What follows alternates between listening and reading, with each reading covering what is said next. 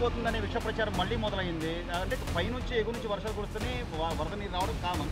నిజంగా అసలు అలాంటి పరిస్థితి ఉందా? సెక్రటేరియట్ మునిగిపోయింది అంటున్నారు, లేకపోతే ఐకానిక్ టవర్ మునిగిపోయింది అంటున్నారు, ఏదేదో చెప్తున్నారు వైసీపీ నాయకులు. ఇదంతా మీరు తిరిగారు కదా, మీకు నీళ్ళు కనపడ్డాయా? లేవు. పోతే కన్స్ట్రక్షన్ అనేది జరుగుతుంది. గుంట తీసిన దగ్గర నీళ్ళు లేకుండా ఉంటాయా? ఉంటాయి. ఇప్పుడు ఇక్కడ గుంట తీసాము, ఇక్కడ నీళ్ళు ఉంటాయిగా. గుంట లేకపోతే నీళ్ళు ఉండవు. ఓ పక్క కాసిన కూర్చొని నీళ్ళుంటే పొక్కులతో సరి చేస్తున్నారు. కన్స్ట్రక్షన్ బాగానే జరుగుతుంది. పాలన అయితే బాగానే ఉంది, ఇబ్బంది అయితే ఏమీ లేదు. చంద్రబాబు గారు వచ్చినా 3 కౌళ్ళు వేసాడు. జగన్మోహన్ రెడ్డి 2 కౌళ్ళు ఎగ్గొట్టిపోయాడు. ఆ కౌళ్ళు కూడా బాబు గారు వచ్చినాక వేసాడు. మళ్ళీ ప్రజెంట్గా 15 రోజుల క్రితం మళ్ళీ కౌళ్ళు వేసాడు. ఈ సంవత్సరం ప్రజెంట్ జరిగే సంవత్సరానికి కౌళ్ళు వేసారు. ఇబ్బంది అయితే రైతులకైతే ఇబ్బంది ఏమీ లేదు, బాగానే చేస్తున్నారు. పాలన అయితే బాగానే ఉంది. బాబాయ్, దాదాపుగా సంవత్సరం అవుతుంది చంద్రబాబు గారు వచ్చి. పరిపాలన ఎలా ఉంది అనుకుంటున్నావు? పరిపాలన బ్రహ్మాండంగా ఉంది. ఇక వేలేగా ఉంది, ఇక చెప్పడానికి లేదు. మేము గొప్ప చెప్పకూడదు, ఉన్న విషయం చెబుతున్నాం. మరి జగన్మోహన్ రెడ్డి ఏమీ చేయట్లేదు, అంత అరాచక పరిపాలన కొనసాగుతుంది. మరి అందుకని బాగా చేస్తే ఆయన కూడా మెచ్చేవాడమే, బాగా చేయలే. 5 ఏళ్లలో ఏం గమనించారు జగన్మోహన్ రెడ్డి 5 ఏళ్లలో? 5 ఏళ్ళలో సాధించింది ఏమీ లేదు. అందుకనే జనానికి ఇసుకట ఎక్కింది. తాసీలు వద్దని అయ్యని ఇయ్యని అవి కట్టాలని ఇవన్నీ చెప్పేటప్పుడు ఇది కాల. ఇప్పుడు వర్షాలు కామన్, వర్షం వచ్చినప్పుడు పల్ల ప్రాంతాలకు నీళ్ళు వెళ్తుంటాయి, అది మామూలే. కానీ అసలు అమరావతి మునిగిపోయినట్టుగా ప్రచారం చేస్తున్నారు. ఎక్కడ మునిగిందో చూపిమనండి. ఇక్కడే ఉందిగా, ఎక్కడ ఉన్నాయి నీళ్ళు?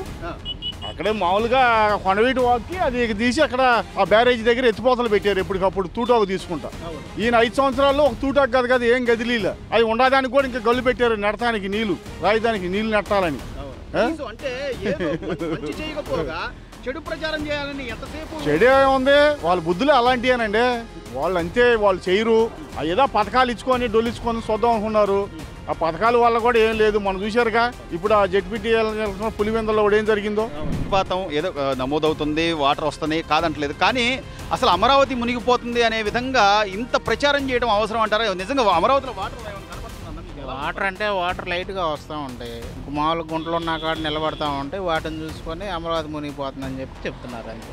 గతంలో చేసింది జగన్మోహన్ రెడ్డి గత 5 ఏళ్లలో అమరావతిని చేసింది ఏమీ లేకపోగా ఇప్పుడు కూడా ఏదో విష ప్రచారం చేయాలి అని చెప్పి చూడటం ఎంతవరకు న్యాయం అంటారు? గుంటలో ఉన్నప్పుడు వాటర్ పడక ఏం పడతా ఉంటాయి. గుంటలో ఉన్నప్పుడు ప్రతి చోట ఉంటాయి వాటర్. ఇప్పుడు ఇక్కడ ఉన్నాయి, ఇప్పుడు ఇక్కడ పక్కనే గుంటలు ఉన్నాయి, దాంట్లో వాటర్ ఉంటాయి కదా. ప్రాంతంలో వాటర్ రావడం కామన్గా ఉండదు.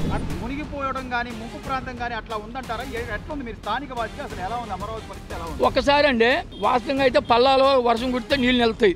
దానికి ఆ జగన్మోహన్ రెడ్డి ఉండా అది జరిగేది, చంద్రబాబు గారు ఉండా కూడా జరిగేది. కానీ న్యాయబద్ధంగా ఇప్పుడు మాకు ధైర్యం ఏంటి? ఇప్పుడు ఇందాక నేను దేంట్లోనూ చూసా, మాకు ఇంకా 6 నెలలు ముందు కావాలని చంద్రబాబు గారు స్టేట్మెంట్ ఇచ్చాడు.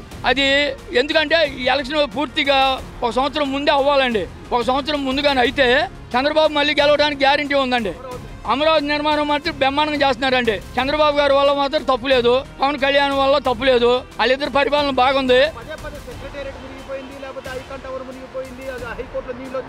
ఈ తరహా ప్రచారం చేయడం వైసీపీ నాయకులకి ఎంతవరకు సమంజసం? ఏమండి, నేను కూడా వైసీపీ నిన్నటిదాకా అని చెప్పా కదా. జగన్మోహన్ రెడ్డి గారికి నేను ఒక స్టేట్మెంట్ కూడా ఇచ్చా. ఏమంటే మీ నాన్న అంటే మాకు సత్య ప్రేమ. మీ నాన్న అంటే కమ్మూరు కూడా ఓట్లు వేశారు, రాజధాని మొత్తం వేశారు. కానీ మీ నాన్న చేసిన పుణ్యం నువ్వు జైలా, నువ్వు జైవపోటానా నిన్ను వాడగొట్టారండి, నువ్వు తెలుసుకోండి అని నీకు స్టేట్మెంట్ కూడా ఇచ్చాను. మేము వైసీపీ అయ్యి ఉండి కూడా పక్క ఉంటే సలహాదారులను మార్చుకోకపోతే నువ్వు ఓడిపోతావు, గెలవు.